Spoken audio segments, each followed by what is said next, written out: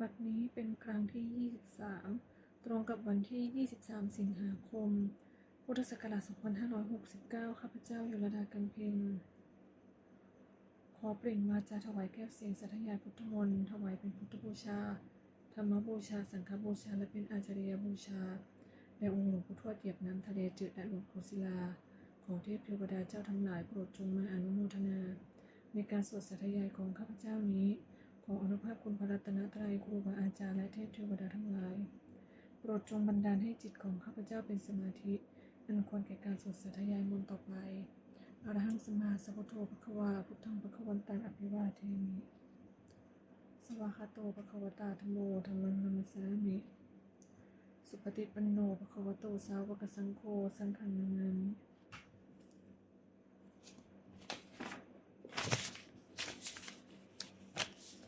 บทสวดชุมนุมเทวดาสัมมันตาจักวาเรสุอัตราขจันตุเทวตาสัทธัมมังมุนิราชสะสุนันตุสักขโมกทังสักเคกามีจรุเปคิริสิกรตเตจันตาลิเกวิมานีทีเปรัตเตจิคามีตรุวนาคหเนเคหวัตุมหิเคเตภูมิมาจยันตุเทวาสารธารวิสเมยกกันตพนาคาติทันตาสันติเกยังมุนิหุราวาจนังสาธโวเมสมันตุธรรมสวนาคาโลอายัมปทันตาธรรมสวนาคาโลอายัมปทันตาธรรมสวนาคาโลอายัมปทันตาบทสวดนมักการสิทธิคาถานะโมตัสสะภะคะวะโตอะระหะโตสัมมาสัมพุทธัสสะนะโมตัสสะภะคะวะโตอะระหะโตสัมมาสัมพุทธัสสะนะโมตัสสะภะคะวะโตอะระหะโตสัมมาสัมพุทธัสสะบทไตรสรณคมพุทธังสรณังคัจฉามิธัมมังสรณังคัจฉามิสังฆังสรณังคัจฉามิทุติยัมปิพุทธังสรณังคัจฉามิทุติยัมปิธัมมังสรณังคัจฉามิทุติยัมปิสังฆังสรณังคัจฉามิตติยัมปิพุทธังสรณังคัจฉามิตติยัมปิธัมมังสรณังคัจฉามิตติยัมปิสังฆังสรณังคัจฉามิบทสวดสัจจกิริยาคาถานัตถิเมสรณังอัญญังพุทโธเมสรณังวรังเอเตนะสัจวัตเชนะโสทิเตโหตุสัพพทานัตถิเมสรณังอัญญังธัมโมเมสรณังวรังเอเตนะสัจวัตเชนะโสทิเตโหตุสัพพทานัตถิเมสรณังอัญญังสังโฆเมสรณังวรังเอเตนะสัจวัตเชนะโสทิเตโหตุสัพพทา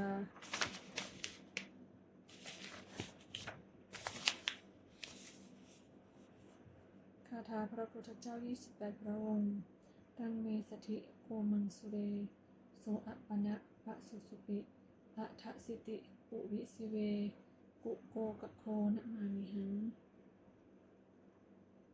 บทสวดมหาสมัยสูตรเอวเมสิตังเอกังสมยังภควา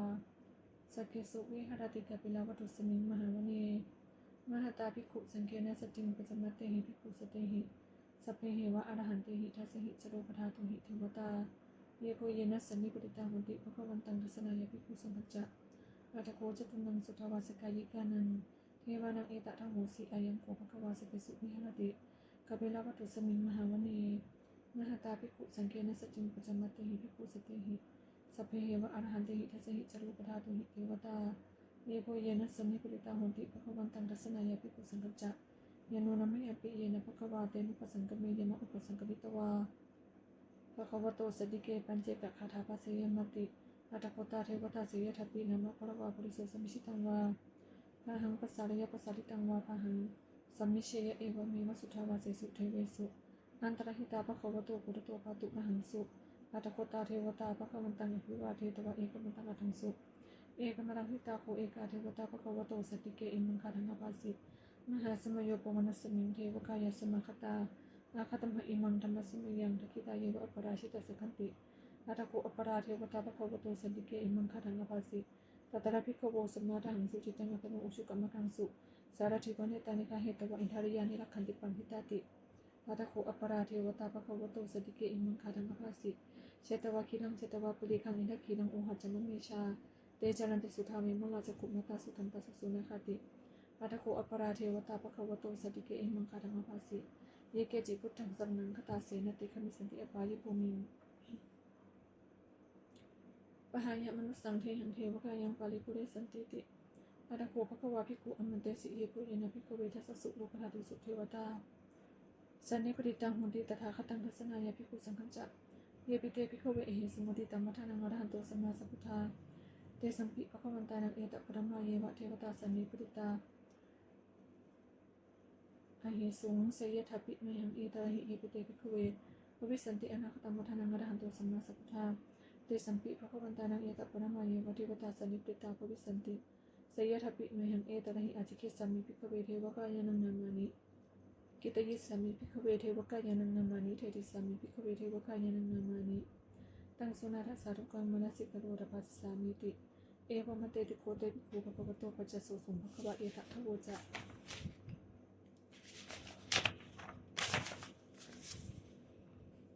สีโลกมนุษย์กัสสมิยะทัพพุมาตทัสสิตาเยสิตาคิเลกพรังปหิตตาสมหิตาปุถุสิหาวัสเลนะโลมหังสาปิสัมพุโนโอทาตมนัสสาสุทาวิปัสสนมนาวิลาภิโยปัจจสเตยตวาวเนกปิลวัฏเวตตุอามันตยิสัทธาสวะเกสสนิรเตเยวกายะอภิกันตเตวิชานาภิกขโวเตจะอาตปมักกรุงสุตวาพุทธสัสสนังเตสัมปตุระหุยานังอมนุสังรัสนังอภิเกสตัมมัทโกสหัสสังอัฏสตริงสตังเอเกสหัสสานังอมนุสันมัทสุอภิเกนะตัมมัทโกทิสัสสภาพุทธาอหุตันจัสสพังอภิญญายวะกิตวานะจักขุมาตตุอามันตยิสัทธาสวะเกสสนิรเตเยวกายะอภิกันตเตวิชานาภิกขโวเยวหังกิตยิสามิคิริอนุปุปโสสัตตสหัสสาวะยะขัพพุมากปิลวัฏวะอิทิมันโตชุติมันโตวนะมันโตเยสสิโนโมทัมมานะอภิกขมุงภิกขุนังสมิติวนังชัสสหัสสาหิมวัตตายะขานานะโตวานิโนอิทิมันโตชุติมันโตวนะมันโตเยสสิโนโมทัมมานะอภิกขมุงภิกขุนังสมิติวนังสัตตกิลาติสหัสสายะขานานะโตวานิโนอิทิมันโตชุติมันโตวนะมันโตเยสสิโนโมทัมมานะอภิกขมุงภิกขุนังสมิติวนังอิเจเตโสรสสหัสสายะขานานะโตวานิโนอิทิมันโตชุติมันโตวนะมันโตเยสสิโนโมทัมมานะอภิกขมุงภิกขุนังสมิติวนังเวสามิตาปัจเจสตายะขานานะโตวานิโนอิทิมันโตชุติมันโตวนะมันโตเยสสิโนโมทัมมานะอภิกขมุงภิกขุนังสมิติวนังกุมพิโรราชขิโกเวปุลสัตนิเวสนังพิโยนังสตัสสะสังยะขานังปริรูปาสติกุมพิโรราชขิโกสปะคะสมิติวนังปุริมัจจทิสังราชาทัตตรัตโถปัสสสติคุมพันธนังอธิปติมหาราชายสัสสิโสอุตตปิตัสสะภะโวยนะอามามหพลา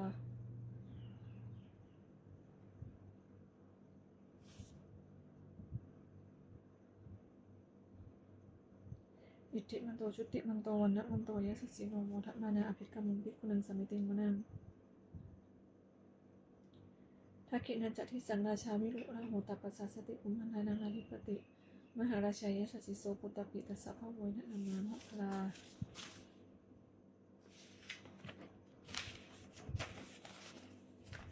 อิทธิมันโตชุติมันโตวันนะมันโตเยสสิโนโมทัมมานะอภิกขมุงภิกขุนังสมิติวนังปัจฉิมันจะทิสังราชาวิรูปโกปัสสสตินาคานังอธิปติมหาราชายสัสสิโสปุตตปิตัสสะภะโวยนะอามามหพลาอิทธิมันโตชุติมันโตวันนะมันโตเยสสิโนโมทัมมานะอภิกขมุงภิกขุนังสมิติวนังอุตตันจะทิสังราชากุเวโรตปัสสสติยะขานังอธิปติมหาราชายสัสสิโสปุตตปิตัสสะภะโวยนะอามามหพลาอิทธิมันโตชุติมันโตวันนะมันโตเยสสิโนโมทัมมานะอภิกขมุงภิกขุนังสมิติวนังปุริมัทิสังกตตัตโถทักขิเนนะวิรุณหโกปัจฉิเมนะวิรูปโคกุเวโรอุตรังทิสังจัตตารโรเตมหาราชาสัมมันตาจิตโรทิสาทัทธังละมนะอัถังสุวรรณิกปิลวัฏเวเตสัมมายาวิโนทัสสาอาโควันจนิกาสถามายากุเป็นผู้เวเตนุวิปุจจะวิปโตสหจันทโนกัมมะเสโทจะกินนุขัตตุนิคันตุจะปานาโทโอปมนุจะเทวสุโตจมนาตนิจิตตเสโนจะคันทโกนารุราชาชโนสโภอาโคปัญจสิโกเจวติมพรุสุริยวัชสา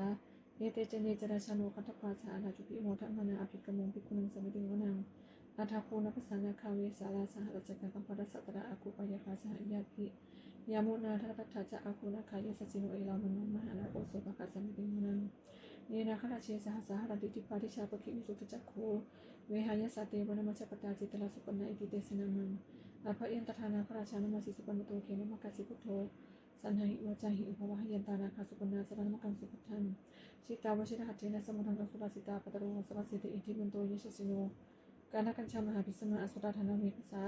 เวปจิติสุจิติจักปหารโทนมุจิสหสัตัญจักปริปุตานังสเพเวโรจนะมกาสัมเนหิตวะปริเสนังมหุปทัมุปาขโมสัมโยธานิพันเตภิกขุนังสมิติวนัง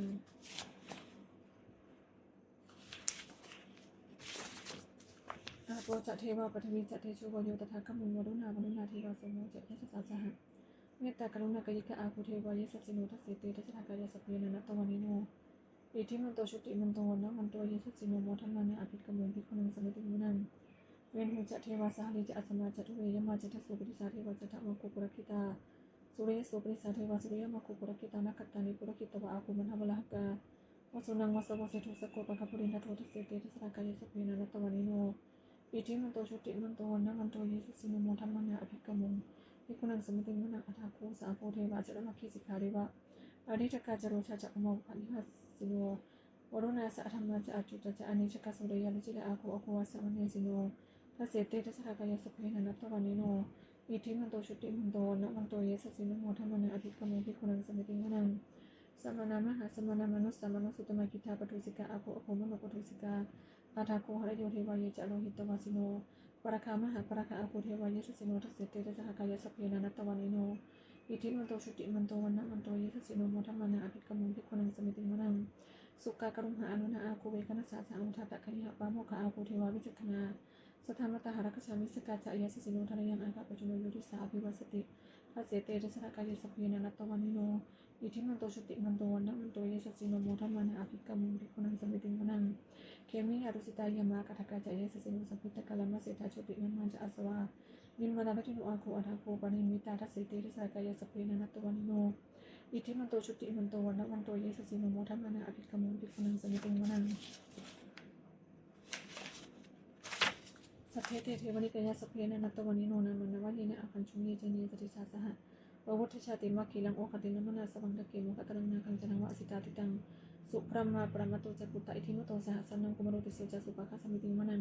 สหัสพรหมโลกานังมหาพระมาทิติทัติอุปปันโนชุติมันโตภิสมากายโยยัสสิโสภะเจตอิสระอาคูปัญเจกาวสวัตติโนเตสัญจะมัชโตอาคาหาลิโตปริวาลิโต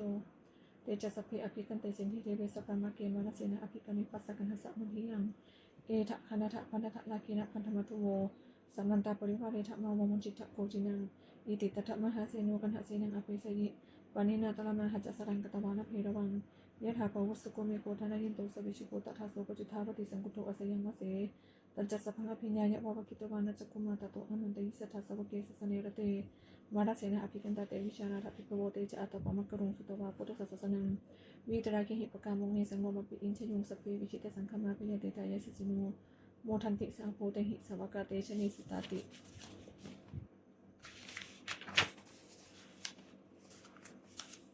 บทสวดโพชฌังคปริโพชฌังโคสติสังฆาโตธัมมานังวิจโยตถาวิริยัมปีติปัสสธิโพชฌังคาจะตถาปเรสัมมาทุเปกขโพชฌังคาสัตเตเตสัพพทัสสินามุนินาสัมมะทัคขาตาภาวิตาภาหุริกตาสังวัตตันติอภิญญายะนิพพานายะจะโพธิยาเอเตนะสัจจวัชเชนะโสติเตหุตุสัพพทา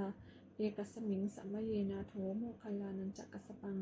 กิลาเนทุกิเตทิสวาโพชฌังเคสัตตะเทสยิเตจตังอภินันทิตวาโรคามุจิงสุตังคเนเอเตนะสัจจวัชเชนะโสติเตโหตุสัพพทาเอกทาธรรมปาชาปิเคดันเยนาภิปิริโตจุนทัตเทเรนะตันเยวะพระนาเปตวานสาธรังสัมโมทิตวาจะอาพาธาตัมหาวุฒาสิธานโสเอเตนะสัจจวัชเชนะโสติเตโหตุสัพพทาปะหีนาเตจะอาพาธาตันตินนันนัมปิมเหสินังมัคคาหะตะกิเลสาวะปัตตานุปัตติธรรมตังเอเตนะสัจจวัชเชนะโสติเตโหตุสัพพทาบทสวดบารมี30ทัศทานะปรมีสัมปันโนทานะอุปปรมีสัมปันโนทานะปรมัตถปรมีสัมปันโนเมตตาเมติกรุณามุทิตาอุเบกขาปรมีสัมปันโนอิติปิโสภควาศีลปรมีสัมปันโนศีลอุปปรมีสัมปันโนศีลปรมัตถปรมีสัมปันโนเมตตาเมติกรุณามุทิตาอุเบกขาปรมีสัมปันโนอิติปิโสภควาเนคขมมะปรมีสัมปันโนเนคขมมะอุปปรมีสัมปันโนเนคขมมะปรมัตถปรมีสัมปันโนเมตตาเมติกรุณามุทิตาอุเบกขาปรมีสัมปันโนอิติปิโสภควาปัญญาปรมีสัพพโนปัญญาอุปปรมีสัพพโนปัญญาปรมัตถปรมีสัพพโนเมตตาเมติกรุณามุทิตาอุเบกขาปรมีสัพพโนอิติปิโสภควาวิริยะปรมีสัพพโนวิริยะอุปปรมีสัพพโนวิริยะปรมัตถปรมีสัพพโน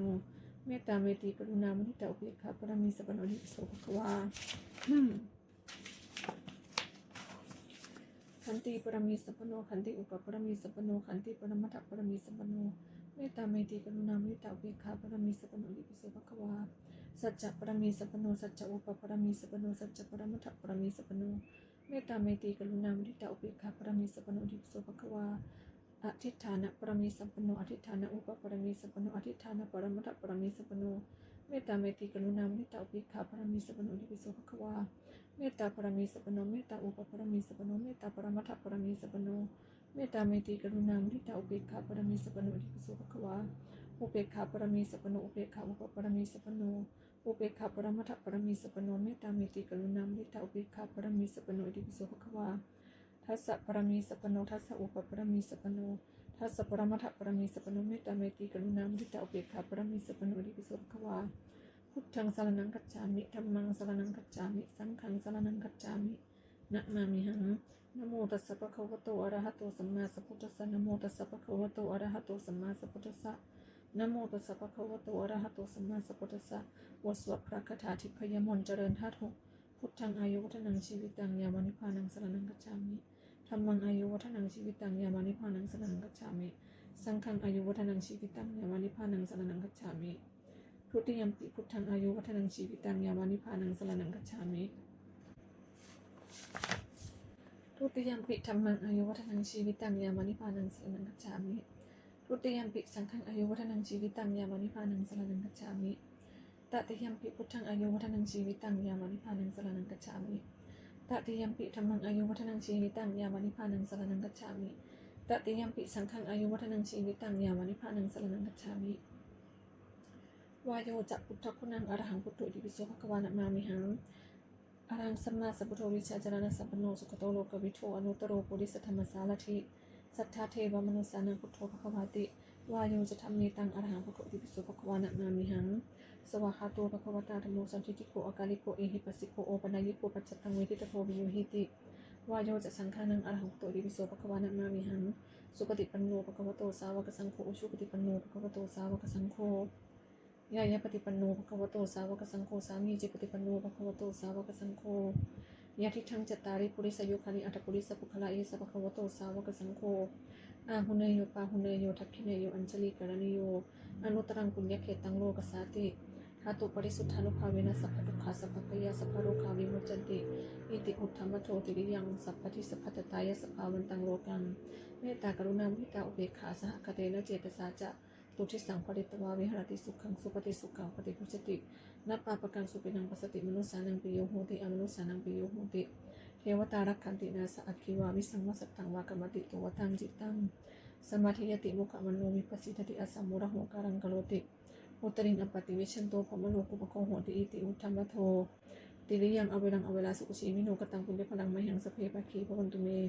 ภาวตุสัพพมังครังนะขัตุสัพพเทวตาสัพพพุทธานุภาเวนะสัพพธรรมานุภาเวนะ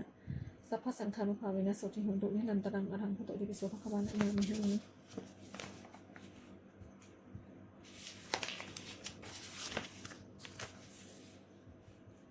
เตโชจะพุทธคุณังอรหังพุทโธอิติปิโสภควานะมามิหังอรหังสัมมาสัมพุทโธวิชาจารณะสัพพโนสุขโตโลกวิโทอนุตตโรปุริสธรรมสารถิสัทธาเทวมนุสสานังพุทโธภควาติเตโชจะธรรมเมตังอรหังพุทโธอิติปิโสภควานะมามิหังสวากขาโตภควตาธัมโมสันทิฏฐิโกอากาลิโกเอหิปัสสิโกโอปนายโกปัจจตังเวทิตโพวิโยหิติเตโชจะสังฆานังอรหังพุทโธอิติปิโสภควานะมามิหังสุปฏิปันโนภควโตสาวกสังโฆอุชุปฏิปันโนภควโตสาวกสังโฆยายาปฏิปันโนภควโตสาวกสังโฆสามีจิปฏิปันโนภควโตสาวกสังโฆยะทิทังจัตตาริปุริสยุคานิอัตถปุริสปุคละเอสภควโตสาวกสังโฆอาหุเนโยปาหุเนโยทักขิเนโยอัญชลีกรณิโยอนุตรังปุญญเขตังโลกสาติธาตุปริสุทธานุภาเวนะสัพพทุกขาสัพพพยาสัพพโรคาวิมุจจันติอิติอุทธัมมโทติริยังสัพพทิสัพพตตายะสัพพาวันตังโลกังเมตตากรุณามุทิตาอุเบกขาสหคเตนะเจตสาจะตุทิสังปริตวาวิหรติสุขังสุปฏิสุขังปฏิพุชตินะปาปกังสุปินังปัสสติมนุสสานังปิโยโหติอมนุสสานังปิโยโหติเทวตารักขันตินาสอัคคีวาวิสังวสัตตังวากรรมติตัวตังจิตตังสมาธิยติมุขมันโนวิปัสสิทธิอสัมมุระโหการังกโรติอุตริงอปฏิวิชันโตภะโลกุปโคโหติอิติอุทธัมมโทติริยังอเวรังอเวลาสุขชีวิโนกตังปุญญพลังมหังสเพปะคีพวันตุเมภาวตุสัพพมังครังละขันตุสัพพเทวตาสัพพพุทธานุภาเวนะสัพพธรรมานุภาเวนะสัพพสังฆานุภาเวนะโสติหุนตุนิรันตรังอรหังพุทโธอิติปิโสภควานะมามิหังอาโปจะพุทธคุณังอรหังพุทโธอิติปิโสภควานะมามิหัง อรหังสัมมาสัมพุทโธวิชชาจารณสัมปันโนสุขโตโลกวิทูอนุตตโรปุริสธรรมสารถิสัทธาเทวมนุสสานังพุทโธภควาติอาโปจะธรรมเมตังอรหังพุทโธอิติปิโสภควานะมามิหังสวากขาโตภควตาธัมโมสันทิฏฐิโกอากาลิโกเอหิปัสสิโกโอปนัยโกปัจจตังเวทิตโพวินโยหิติอาโปจะสังฆานังอรหังพุทโธอิติปิโสภควานะมามิหังสุปฏิปันโนภควโตสาวกสังโฆอุชุปฏิปันโนภควโตสาวกสังโฆยายะปฏิปันโนภควโตสาวกสังโฆสามีจิปฏิปันโนภควโตสาวกสังโฆยะทิทังจตาริปุริสยุคานิอัตถปุริสปุคละเอสภควโตสาวกสังโฆอาหุเนโยปาหุเนโยทักขิเนโยอัญชลีกนันโยอนุตรังปุญญเขตังโลกสัตติธาตุปริสุทธานุภาเวนะสัพพทุกขสัพพพยาสัพพโรคาวิมุจจันติอิติอุทธมโทติริยังสัพพทิสัพพตตายะสัพพะหุนตังโลกังเมตตากรุณามุทิตาอุเบกขาสหคเตนะเจตสาจะตุทิสังผลิตวาวิหรติสุขังสุปฏิสุขังปฏิพุชตินับปะปะกังสุปินังปัสสติมนุสสานังปิโยโหติอมนุสสานังปิโยโหติเทวตาลักขันตินาสะอาคิวาวิสังวาสัทธังวากรรมติตุวตังจิตตังสมาธิยติมุขมโนวิปัสสิตติอสัมพุทโหกาลังกโรติอุตริงอปฏิวิชันโตภมโนปะโคโหติอิติอุทธมโทติริยังอเวลังอเวลาสุขชีวิโนกตังปุญญพลังเมหังสเปปัคคีพวันตุเนภวตุสัพพมังคารังรักขันตุสัพพเทวตาสัพพพุทธานุภาเวนะสัพพธรรมานุภาเวนะสัพพสังฆานุภาเวนะโสติโหตุนิรันตรังอรหังพุทโธอิปิโสภควานะมามิหังปัจจมีจะพุทธคุณังอรหังพุทโธอิปิโสภควานะมามิหังอรหังสัมมาสัมพุทโธวิชชาจารณสัมปันโนสุขโตโลกวิทูอนุตตโรปุริสธรรมสารถิสัทธาเทวมนุสสานังพุทโธภควาติปัทวีจะทำเนตังอรหังพุทโธอิปิโสภควานะมามิหังสวากขาโตภควตาธัมโมสันทิฏฐิโกอากาลิโกเอหิปัสสิโกโอปนัยโกปัจจตังเวทิตโพวินโยหิติปัทวีจะสังฆานังอรหังพุทโธอิปิโสภควานะมามิหังสุปฏิปันโนภควโตสาวกสังโฆอุชุปฏิปันโนภควโตสาวกสังโฆยายะปฏิปันโนภควโตสาวกสังโฆสามีจิปฏิปันโนภควโตสาวกสังโฆยะทิทังจตาริปุริสยุคานิอัตถปุริสปุคละเอสภควโตสาวกสังโฆอาหุเนโยปาหุเนโยทักขิเนโยอัญชลีกรณิโยอนุตรังปุญญเขตังโลกสัตติธาตุปริสุทธานุภาเวนะสัพพทุกขสัพพพยาสัพพโรคาวิมุจจันติอิติอุทธมโทติริยังสัพพทิสัพพตตายะสัพพวันตังโลกังเมตตากรุณาเมตตาอุเบกขาสหคเตนะเจตสาจะตุทิสังผลิตวาวิหรติสุขังสุปฏิสุขังปฏิพุชตินัปปะปะกังสุปินังปัสสติมนุสสานังปิโยโหติอมนุสสานังปิโยโหติเทวตารักขันตินาสะอภิวาวิสังวาสัทธังวากรรมติตุวตังจิตตังสมาธิยติมุขวันโนวิปัสสิตติอัสสัมมุรโหกาลังกโรติอุตริงอปฏิวิชันโตภมโนกุปโคโหติอิติอุทธมโทติริยังอเวลังอเวลาสุขชีวิโนกตังปุญญพลังไมหังสเปปะคีพระองค์เม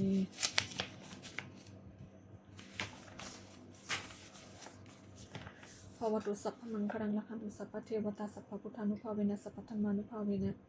สัพพสังฆานุภาเวนะโสติโหตุนิรันตรังอรหังพุทโธอิปิโสภควานะมามิหังอากาสาจะพุทธคุณังอรหังพุทโธอิปิโสภควานะมามิหังอรหังสัมมาสัมพุทโธวิชชาจารณสัมปันโนสุขโตโลกวิทูอนุตตโรปุริสธรรมสารถิสัทธาเทวมนุสสานังพุทโธภควติอากาสาจะธรรมเมตังอรหังพุทโธอิปิโสภควานะมามิหังสวากขาโตภควตาธัมโมสันทิฏฐิโกอากาลิโกเอหิปัสสิโกโอปนัยโกปัจจตังเวทิตโพวินโยหิติอากาสาจะสังฆานังอรหังพุทโธอิปิโสภควานะมามิหังสุปฏิปันโนภควโตสาวกสังโฆอุชุปฏิปันโนภควโตสาวกสังโฆยายะปฏิปันโนภควโตสาวกสังโฆสามีจิปฏิปันโนภควโตสาวกสังโฆยะทิทังจตาริปุริสยุคานิอัตถปุริสปุคละเอสภควโตสาวกสังโฆอาหุเนโยปาหุเนโยทักขิเนโยอัญชลีกรณิโยอนุตตรังปุญญเขตังโลกสัตติธาตุปริสุทธานุภาเวนะสัพพทุกขสัพพพยาสัพพโรคาวิมุจจันติอิติอุทธมโทติริยังสัพพทิสัพพตตายะสัพพวันตังโลกังเมตตากรุณามุทิตาอุเบกขาสหคเตนะเจตสาจะตุทิสังผลิตวาวิหรติสุขังสุปฏิสุขังปฏิพุชตินัปปะปะกังสุปินังปัสสติมนุสสานังปิโยโหติอมนุสสานังปิโยโหติเทวตารักขันตินาสะอภิวาวิสังวาสัทธังวากรรมติตุวตังจิตตังสมาธิยติโมขวันโนวิปัสสิตติอสัมมุรโหการังกโรติอุตริงอปฏิวิชันโตภมโนกุปโคโหติอิติอุทธมโทติริยังอเวลังอเวลาสุขชีวิโนกตังปุญญพลังไมหังสเปปะคีพวันตุเมภวตุสัพพมังคารังรักขันตุสัพพเทวตาสัพพพุทธานุภาเวนะสัพพธรรมานุภาเวนะสัพพสังฆานุภาเวนะโสติโหตุนิรันตรังอรหังพุทโธอิติปิโสภควานะมามิหังวิญญาณัญจะพุทธคุณังอรหังพุทโธอิติปิโสภควานะมามิหังอรหังสัมมาสัมพุทโธวิชชาจารณสัมปันโนสุขโตโลกวิทูอนุตตโรปุริสธรรมสารถิสัทธาเทวมนุสสานังพุทโธภควติวิญญาณัญจะธรรมเมตังอรหังพุทโธอิติปิโสภควานะมามิหังสวากขาโตภควตาธัมโมสันทิฏฐิโกอากาลิโกเอหิปัสสิโกโอปนัยโกปัจจตังเวทิตโพวินโยหิติ วิญญาณัญจะสังขารังอรหังมุตโตอิติปิโสภควานะมามิหังสุปฏิปันโนภควโตสาวกสังโฆโอชุปฏิปันโนภควโตสาวกสังโฆยายะปฏิปันโนภควโตสาวกสังโฆ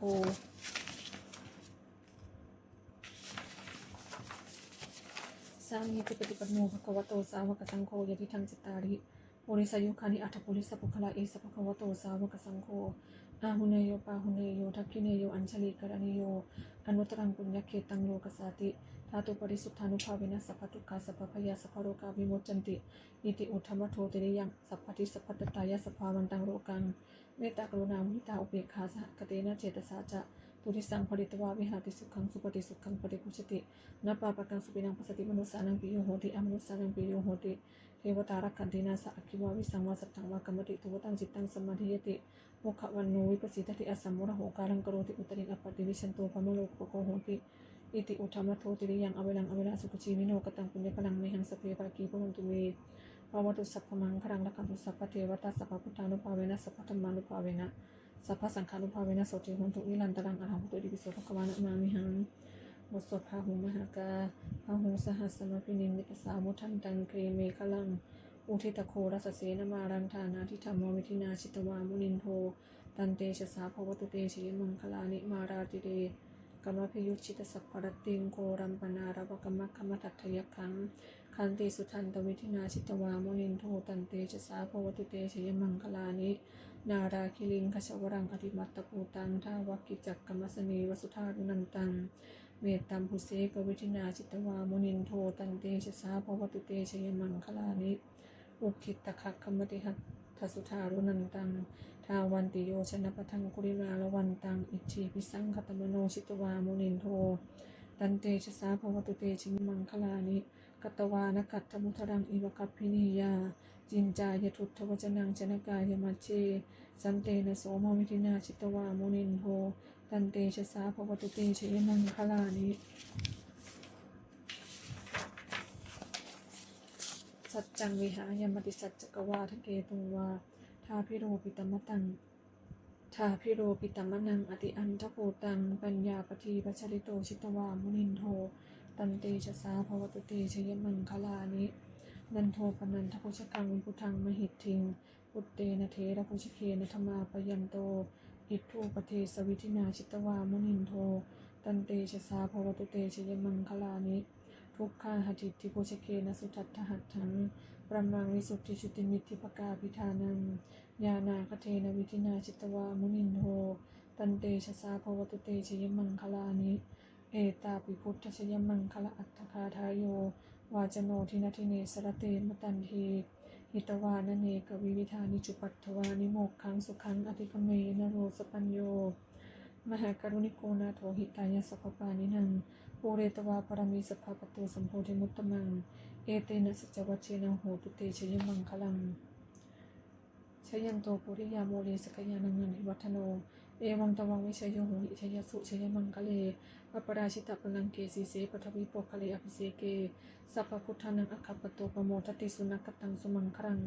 สุปภาตังสุโหติตังสุขโนสุโมหตุจสิวิตังปรมจาริสุปัทถคินังกายกัมมังวาจากัมมังปัทถคินังมโนกัมมังปณิทิเตปัทถคินานิกัตตวานรพันตเตปัทถคิเน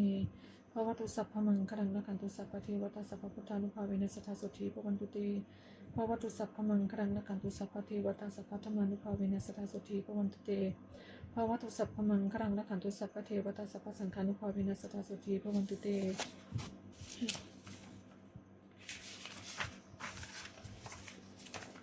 บทสวดทวัตติงสากาลปาฐะอาการ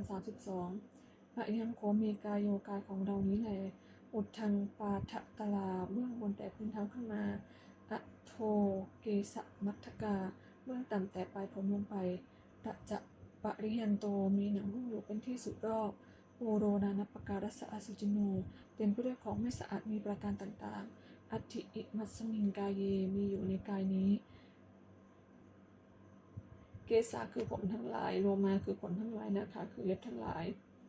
ทันตาคือฟันทั้งหลายตะโจคือหนังมังสังคือเนื้อ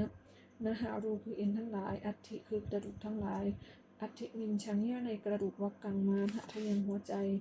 ยะกันังตับกิโนมะกังพันผืดปิหกังไตปภาสังปอด อันตังไส้ใหญ่อันตะกุนังไส้น้อยอุทะริยังอาหารใหม่กะรีสังอาหารเก่ามัทธเกมัทธลุงคังเลี้ยวในสมองศีรษะปิดตังน้ำดีเสียมหังน้ำเสลดปุโพน้ำเหลืองโลหิตังน้ำเลือดเสโทน้ำเหงื่อเมโทน้ำมันข้นอสุน้ำตาวะสาน้ำมันเหลวเคโรน้ำลายสิงคานิกาน้ำมูกละสิกาน้ำไขข้อ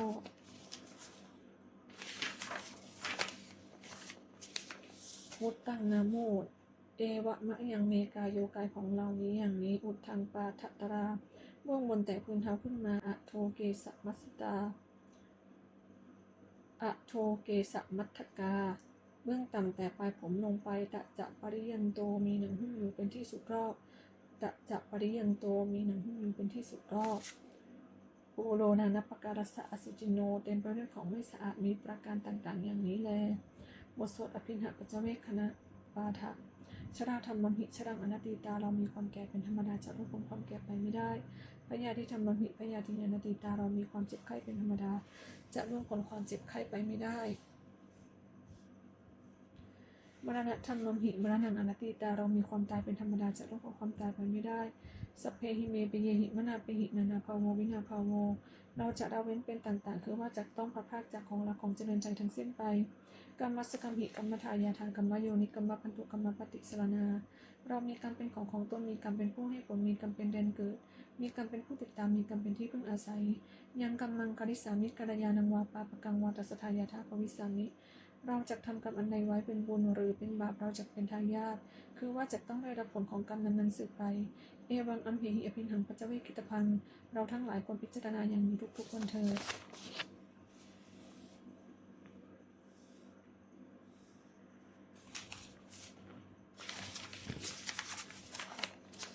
บทสวดพระเทกอรตคาถาอตีตังนานวาคเมยนปฏิกังเกอนาคตังบุคคลไม่ควรตามคิดถึงสิ่งที่ล่วงไปแล้วด้วยอาลัยและไม่ควรพะวงถึงสิ่งที่ยังไม่มาถึงยะถะตีตังปะหีนันตังอปัตตัญจะอนาคตังสิ่งเป็นอดีตก็ละไปแล้วสิ่งเป็นอนาคตก็ยังไม่มาปัจจุบันนันจะโยธรรมังตัทตะวิปัสสติอสังหิรังอสังกุปังตังวิธรรมานุภโรหเยผู้ใดเห็นธรรมอันเกิดขึ้นเฉพาะหน้าในที่นั้นๆอย่างแจ่มแจ้งไม่งอนแงนคลอนแคลนเขาควรพระโพธิอาการเช่นนั้นไว้อัจเทวกิจมาตปังโกชัญญามรณังสุเวความเพียรเป็นกิจที่ต้องทำวันนี้ใครจะรู้ความตายแม้พรุ่งนี้นาหิโนสังครันเตนะมหาเสเนนะมัจจุนาเพราะการปัดเพี้ยนต่อมัจจุราชซึ่งมีเสนามากย่อมไม่มีสำหรับเราเอวังวิหาริมาตาปิงอโหรตะมตันทิตังตังเวพัทเทกรโตเดสันโตอจิกเตมุนิติวันนี้ผู้สงบย่อมกล่าวเรียกผู้มีความเพียรอยู่เช่นนั้นไม่เกียจคร้านทั้งกลางวันและกลางคืนว่าผู้เป็นอยู่แม้เพียงราตรีเดียวก็น่าชมบทสวดเมตตายังกินจิคาถาแผ่เมตตายังกินจิกุศลังกัมมังสเพหิกเตหิกตังบุญยังโนอนุโมทันตุสุนันตุพนโตเยเทวะอัสมินทานิอธิคตาทิขายุกาสตังหุนตุสุกิตังหุนตุทุกขาปมุญจันตุมาตาปิตาสุกิตังหุนตุทุกขาปมุญจันตุสัพเพยติกาสุกิตังหุนตุทุกขาปมุญจันตุสัพเพอายติกาสุกิตังหุนตุทุกขาปมุญจันตุสัพเพปิสาสัพเพยคาสัพเพเปตาสุกิตังหุนตุทุกขาปมุญจันตุสัพเพอจาริยุปชายสุกิตังหุนตุทุกขาปมุญจันตุสัพเพนคตาสุกิตังหุนตุทุกขาปมุญจันตุสัพเพเทวาสุกิตังหุนตุทุกขาปมุญจันตุสัพเพสามตินังสมิชันตุโล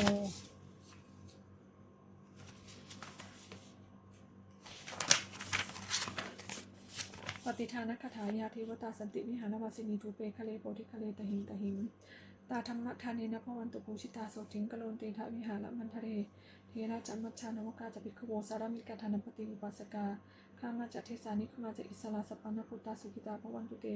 เจลาผู้ชายเยปิจันทสัมภวาสังเสตชะตาอัตภุปติกานิยานิกังธรรมวรังปฏิจเตสัพเพปิทุกขสักการุตุสันพยังธาตุจิรังสตังธรรมโมธรรมธราจปุคลาสโกโหตุสมโกวะอัฏฐายะจะหิตายะจะอัมเหระคตุสัตตโมสัพเพปิธรรมจาริโนวิทิสัมภวนัยมัทธเมอริยภเวทิเตปัสสนาโหตุสัพเพปิปานิโนพุทธสัสเนสัมมาทารังโกเวชันโตกาเลเทโวปวัสสตุพุทธิภาวายสตานังสมิทังเยตุเมทนิงมาตาปิตาจะอัตตะชังนิจังลักขณิปุตตังเอวังธรรมราชาโนปจังลักขดุสัพพทาเยวตาอุโยชนะคาถาทุกขปัตตาจนิทุกขาพยปัตตาจนิพยาโสกปัตตาจนิโสกังโหตุสัพเพปิปานิโนเอตาวตาจะอัมหิสัมภตังปุญญสัพพทังสัพเพเทวานุโมทันตุสัพพสัมปติสิทธิยาทานังนันตุสัทธายาสีนังลักขดุสัพพทาภาวนาพิรตาหุนตุขัจฉันตุเทวตาคตาสเปพุทธาพลปตาปเจกันันจยังพลังอรหันตานันจเตชินารักขังมุตามิสัพพโสหมดแผ่เมตตาอุทิศสัพเพสัตตาสดาโหตุอเวนาสุกชีวิโนขอให้สัตว์ทั้งหลายอย่าได้มีเวรแก่กันและกันเลยจงเป็นผู้ดำรงชีพอยู่เป็นสุขทุกเมื่อเถิดกตังปุญญพลังเวแห่งสเปภาคีพวกวันตุเตขอให้สัตว์ทั้งหลายจงได้สวยผลบุญที่ข้าพเจ้าได้บำเพ็ญด้วยกายวาจาใจแล้วนั้นเถิด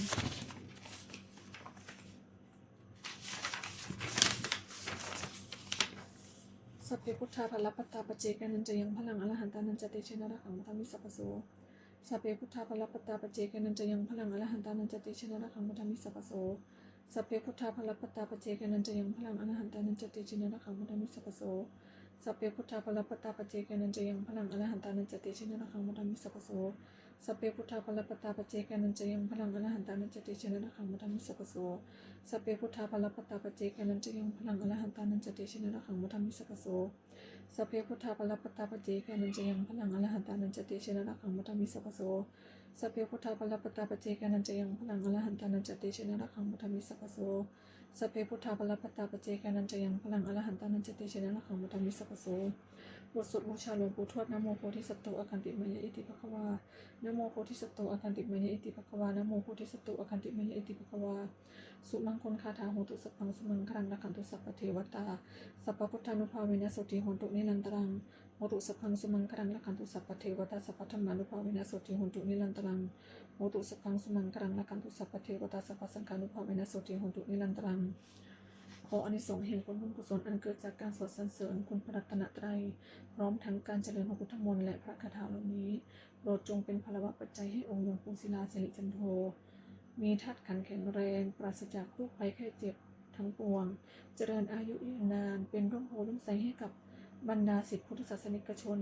เป็นหลักชัยให้พระพุทธศาสนาไปตราบเท่านาน